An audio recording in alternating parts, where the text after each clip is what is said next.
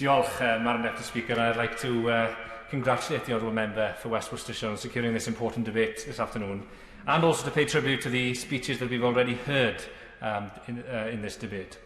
Now, as others have pointed out, the immediate health and economic emergencies of the pandemic have demanded a great deal of government attention and parliamentary debate across the world.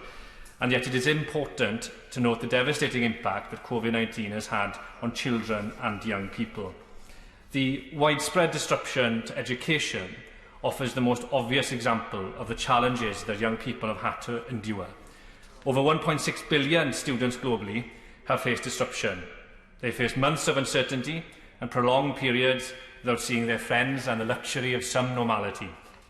Honourable members are right to raise concerns about the consequences of this disruption on children's learning, and I fear that the long identified link between poor attainment and poverty will have been further exacerbated by the digital divide.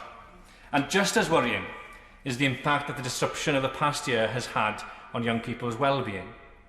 Now, I of course understand that this disruption to their education and to their lives was sadly unavoidable in the UK, and I'd like to take this opportunity to extend my gratitude to our young people, their parents, teachers and lecturers for the extraordinary resilience that they've shown over the past year. In return, of course, I think we have an obligation to play our part. Here in the UK, we should ensure that the support packages that are in place to support families through this crisis are maintained.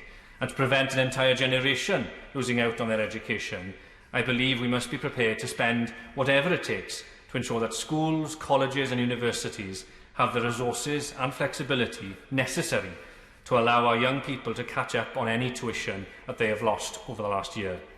Then there are those skills and experiences found beyond the classroom, which are more difficult to quantify, yes, but which are just as invaluable. Youth organisations and outdoor educational centres have always played a key part in this regard.